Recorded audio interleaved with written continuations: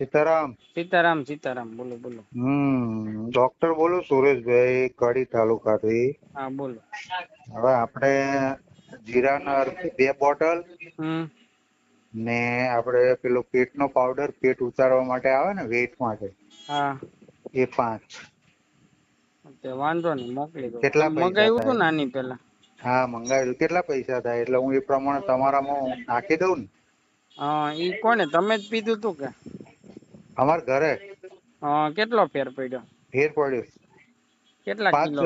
આમાં વજન એમનું 85 હતું ને, હા. અત્યારે 81 જેટલું બોલે.